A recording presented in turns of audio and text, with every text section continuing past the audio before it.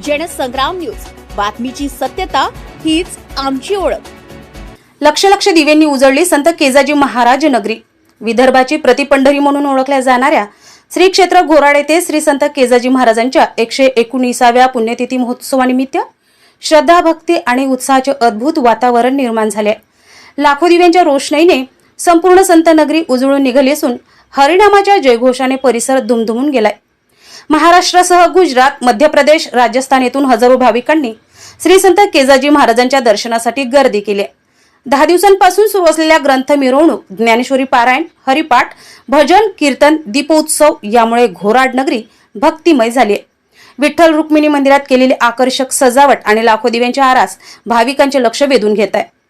आज भव्य दिव्य पालखी आणि दिंडी सोहळा पार पडत असून सुमारे 300हून अधिक भजनी मंडळे, वारकरी, अश्वरथ, बँड पथकाच्या सहभागाने रिंगण सोहळा डोळ्याचे पारणे फेडणारा ठरत आहे। टाळ मृदुंगाच्या गजरात, रामकृष्ण हरी माऊलीच्या जयघोषाने संपूर्ण गाव भक्तिरसात न्हावून निघाले।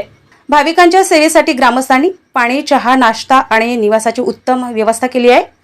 उद्या काला, दहीहंडी आणि भव्य महाप्रसादाचे आयोजन करण्यात आले असून भाविकांनी मोठ्या संख्येने सहभागी व्हावे असे आवाहन देवस्थान व ग्रामस्थांच्या वतीने करण्यात आले। राजेश वरटकर, जनसंग्राम न्यूज, सेलू।